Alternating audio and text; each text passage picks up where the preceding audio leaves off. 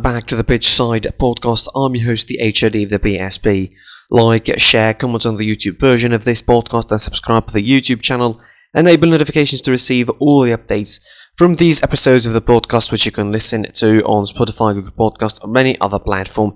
And of course, follow us on social media at BSB on Twitter, Pitch Side Pod on Instagram. Join us here, episode 143 of the podcast, and you are welcome. Kicking things off here on this episode, we're going to be talking, of course, about La Liga. Let's start with, I think, the hottest sort of race in Europe this season. I think Ligue 1 might hold a candle to that, but I think La Liga is pretty interesting since there is 4 teams mathematically still involved in the title race. At least one of them could still be in that if they win today. 4 matches took place yesterday. Valladolid drawn against Real Betis 1-1. Villarreal ahead of the European game against Arsenal, of course, defeated Getafe 1-0. Important victory for them thanks to an own goal only goal from Yeremy Pino in the 79th minute. Cadiz defeated a 10-man Granada with 1-0 away from home. Of course, the only goal came from Robin Sorino in the 39th minute. And of course, the big game was Valencia versus Barcelona. This was a very thrilling game, I think, from both sides. A very open one. And, it was incredible. It really was an amazing game. Barcelona looked like they played the game on stages, really. It's a game, it's one of those games where you watch it and you just ask yourself how Barcelona would have made it if it wasn't for Lionel Messi. He proved once again that he's just what Barcelona needed. He's just what Barcelona is all about in this season, I think, of complete turmoil since the start of it. They really dominated the first half pretty much, and they sort of, they had a lot of chances in the first half, to be fair, and not just, attempts, but complete chances, like opportunities where they could have scored, like right across the goal in the 6-yard box, and they couldn't do it, simply put it. They missed a lot of chances, and they gave Valencia a lot to work with, I would say, in the first half in terms of the counter. They left spaces behind them, and with, of course, Gonzalo Guedes and Carlos Soler being the duo up front, also alongside Maxi Gomez. They were pretty dangerous on the counter. The 5-3-2, I think, for Sevilla worked perfectly in terms of playing on the counter in the first half. In the second half, the start was pretty poor, I would say, from Barcelona for the second half, and they conceded a goal for it, really. It was coming with the opportunities that Valencia had in the early goings of the second half. Gabriel Paulista made it 1-0 from a set piece, of course, for Valencia. Similar, I think, to the situation in the first game, or the reverse game at Camp Nou, where Mukhtar Diakabi scored a goal from a set piece, and it was a bad defending from Barcelona. Again, it happens here with Valencia scoring from a set piece. But of course, credit to Barcelona for reacting quickly, or should I say discredit for Valencia for giving away a penalty. Tony Lato, the left back from Sevilla, or the third centre half, really gave away a stupid penalty, I would say. It was really stupid. He was going to head the ball, and he just put his hand in front of him as if the referee or the VAR won't see it. I don't know what he was thinking exactly. It happened. A penalty was taken, and Lionel Messi missed it, but on the rebound, Sergio Busquets managed to scramble a shot. The ball fell into Messi's feet, and he scored the equaliser inside 57th minute. After that, in the 63rd minute, Antoine Griezmann scored the second goal, of course, after a beautifully worked action on the half, on the left-hand side. And at the 69th minute, Lionel Messi with a beautiful free kick. How he misses penalties and scores those kind of free kicks, you don't really know, but it was a tremendous free kick inside the post and into the net, way past the former Barcelona keeper, of course, Jasper Cillessen. And that is what I mean, but when I said that Barcelona played their game on stages. After the third goal, they let their guard down, they let their foot off the gas, which almost backfired on them when Carlos Soler scored the second goal inside 83 minutes, and the last 10 minutes of the game were really threatening for Barcelona because they were really hanging on as Sevilla pushed forward and pushed for the counter, and pretty nervous, some nervous times they were for Barcelona at the end of the game, but Sevilla couldn't manage the victory. They couldn't manage the equaliser, and they couldn't penetrate Barcelona's defence in the end. They didn't do anything significant, and the scoreline remained the same, 3-2, and it was a hard victory in the end for Barcelona, all things considered, really. They had that 15-20 minute spell of the second half that was really tremendous, where they put themselves ahead, and of course they played at third or fourth gear in the game, but after that they really lashed out, which is a bad thing happening against Valencia, and it will be a bad thing if it happens next week, of course, against Atletico Madrid, the game to which I think everybody now is looking ahead, certainly in Laliga, with Real Madrid facing Sevilla next week in that crucial game in next weekend. Now for Barcelona, I think they should prepare themselves now for that game, really. And again, if they escaped with it against Valencia, no guarantees really they can do it against Atletico Madrid next week, and certainly a victory that is as important as it was hard and as it was really tough to get against a Valencia side that played really well. They played on the counter, they capitalised on the mistakes, and they did mistakes themselves, and that is what cost them really in the game, those mistakes that they did. And the fact is, Barcelona capitalised on them again. They took the best touch they had in the game and they scored 3 goals in it. They made a remontada. Messi proved once again that he is the man in Barcelona, and proved again that he deserves all the credit in the world and all the plaudits in the world for being called a legend at the club. Now, of course, the last game left this weekend is Sevilla versus Athletic Bilbao on Monday. That is a game, I think, that, if Sevilla win, basically they keep themselves in the course and in the title race. If they don't, they pretty much are going to be out of it before a big game again against Real Madrid next weekend. Of course, Barcelona 74 points behind Real Madrid, and Atletico Madrid with 76, 2 points for Barcelona behind them, and Sevilla with 70 points, of course. Again, a massive game for them against Athletic Bilbao. We said it in the preview, it was the hardest out of the 4, and definitely with the other 3 winning, Sevilla now are on a big chip on their shoulders to keep going and to keep winning, of course, to keep the margin 3 points behind Atletico Madrid on Monday. Of course, the elsewhere in the La Liga, Atletico Madrid 76 points, Real Madrid 74, Barcelona 74, Sevilla with 70, of course, before the game against Bilbao, Real Sociedad with 53, Villarreal 52 points, Betis 51 points, Granada with 45, 44 for Celta Vigo, 42 for Athletic Bilbao, ahead of their game against Sevilla, 40 for both Osasuna and Cadiz, 38 for Levante, 36 for Valencia, Getafe with 34, Alaves 31, as well as Valladolid, and the 3 at the bottom are Huesca with 30 points, Elche 30, and Eibar with 26. It's also pretty tight down there as well on the bottom of the table of La Liga.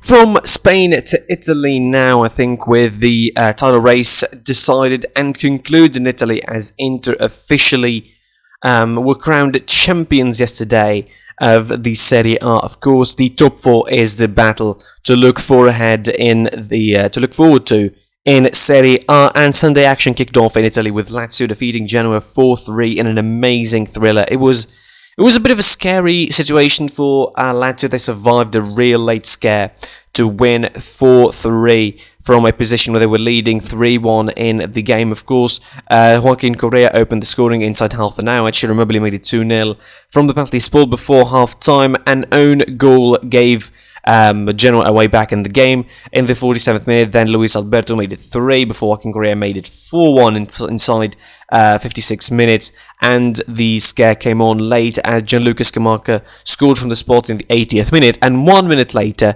Eldor Shomurodov scored the third goal, and the game threatened to be really scary for Lazio as Genoa pushed forward in the end looking for a late equaliser, but it wasn't to happen, and Lazio kept the 3 points intact, and they put themselves in a really good position with the fact that they still have a game in hand. They put themselves in a really good position, maybe to sneak in and get a late top 4 spot this season. With running they still have. They have Fiorentina next week, they have Parma the week after, and then they have Roma in the derby in the penultimate round of the Serie A before facing Sassuolo away from home. So it's pretty tricky situation for Lazio as far as all things are considered. Bologna drawn against Fiorentina 3-3 in a tit-for-tat stuff kind of game. It was really interesting, really amazing game from both sides, pretty open from both sides. It was, basic case of team taking the lead and then equalising. Dusan Vlahovic made it 1-0. He's really on fire, Dusan Vlahovic, this season, by the way, for Fiorentina. He's an amazing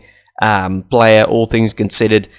Tremendous attacking prowess for him. The 21-year-old Serbian. He's really, making some stride in Serie A this season, scoring 19 goals out of 33 appearances in the game. He's one of the top scorers of Serie A this season. Rodrigo Palacios still scoring and still putting goals into the net at 39 years of age. Talking about Zlatan Ibrahimovic at 39, let's talk about Rodrigo Palacio at 39, still scoring goals and scoring a hat-trick actually in this game for Bologna. Giacomo Bonaventura, former Milan alumni, made it 2-1 in 64 minutes before Palacio answered to him in 71st minute, making it 2-2. Dusan Vlahovic came back to score the third in the 73rd minute, but Rodrigo Palacio made it 3-3 inside 84 minutes and saved a point for Bologna in this game. It was a mid-table clash pretty much between Fiorentina and Bologna, both on a pretty warm space, although Fiorentina are not far from the relegation spots. Torino still have 2 games in hand. Below them, Parma as well still have a game in hand, so it's going to be really a tough situation for the teams at the very bottom and at that zone of the table. Back to the top 4 battle, and Napoli drawn 1-1 against Cagliari. They let their guard down in the last couple of minutes of the game, and they conceded a late goal in a game that they shouldn't be losing, to be fair. They were in control completely of the game. Scored very early thanks to Victor Osimhen in the 13th minute. He's really on form at the moment. The international Nigerian is really in great form at the moment. He's scoring goals as of late. He's doing really well. As of late, this is his 5th goal in the last 7 matches for Napoli, which is quite a turnaround from the form that he's been in early goings of the season. I mean, for the full season, he scored 3 goals in Serie A, and just now in the last 7, he's scoring, 5. It's an incredible turnaround for him.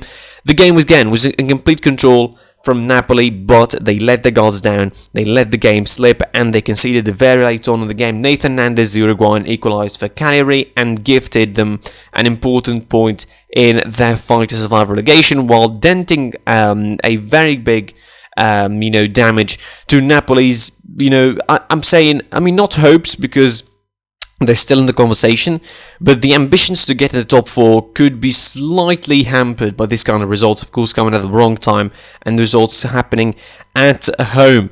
Another side that were, I think, having a result that they didn't want to were Atalanta, who went away to Sassuolo to face, of course, the green side that was surprise package of the season, I would say, and both sides were one man down at the end of the game. It was a game of a lot of yellows and a lot of cards, to be fair. This was, I think, a classic Italian game, I would say. Golini was sent off, of course, for a last man foul in the 22nd minute, and Atalanta played with 10 men since then, but despite that, they took the lead thanks to Robin Gosens in the 32nd minute. They still managed to play the game that they wanted to, pretty much, despite the fact that they were not in control, really, because we all know that with no numerical advantage, the priority would be defending. Sassuolo took the game to them in the second half and managed to equalise inside 52nd minutes early on by Domenico Berardis from the penalty spot. After that, Atalanta got into the game a little bit, but that wasn't enough to win them the game, albeit they had a glorious opportunity from the spot with Luis Muriel missing a penalty in the 77th minute and missing an opportunity to really go clear at second place instead of what happened, of course, on the day. And Sassuolo ended the game with 10 men after Marlon was sent off in the 75th minute. So that dropping of the points, of course, makes Atalanta, a little bit, regress behind in the terms of the form they have in this season, of course, and that gifted the opportunity for Juve and Milan and Napoli to still keep close behind them. Speaking of Napoli and Juventus, of course, and Milan, Juventus went to Udine and faced Udinese away from home, and this was, for the most part, this was another unconvincing Juve performance. Let's be really fair about it. If we're going to describe things, let's describe them as they are. This was more of unconvincing performance from Juve again.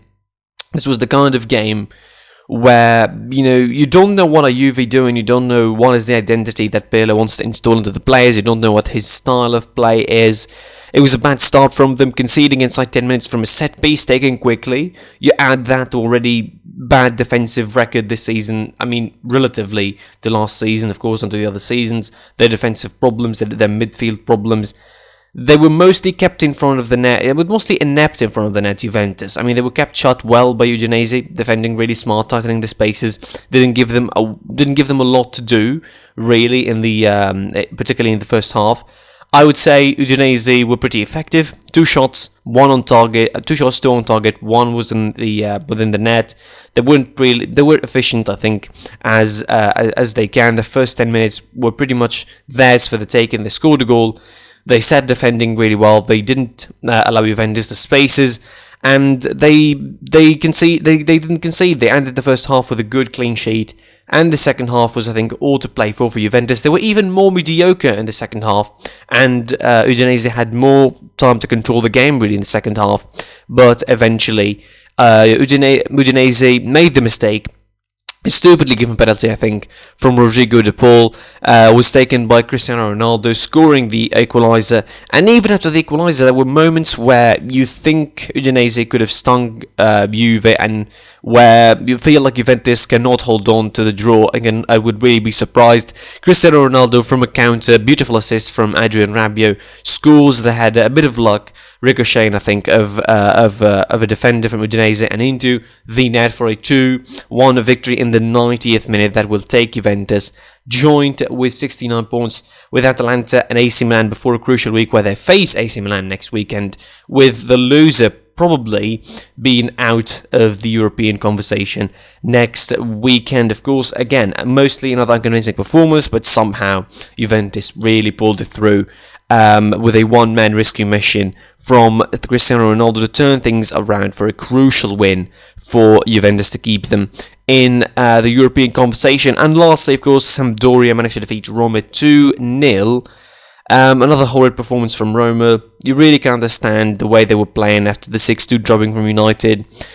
The defending is pretty horrid. It's just a collapse that they had in the second half of the season that is really unexplainable to any viewer who saw Roma in the early goings of the season and how they were playing effectively and how they dropped this season and how they dropped it like it's hot, basically, in the second half, losing all intensity, losing all integrity, losing all strength in the middle of the park, particularly. And the defending, as we mentioned, it's horrible, really. The 2 goals, particularly the second goal for Sampdoria, it's a typical Roma defending, I would say, for the second half of the season. And they get, Sassuolo get closer and closer to them, and they could sneak behind them, really, to take their 7th spot, qualifying to the playoffs of the Europa League.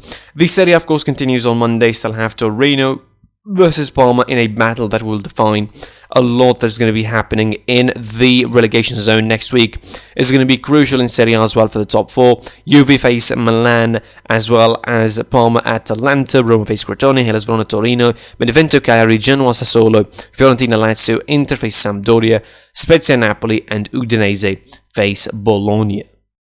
Rounding up and finishing in the Premier League, of course, and I wanted really, and I wished I was able to talk about the game between Manchester United and Liverpool in a bit of good light, but unfortunately the game was postponed to another date. Wasn't defined really when this game is going to be played, but it was postponed after the events of yesterday, in which the Man United fans stormed off to the pitch and invaded him.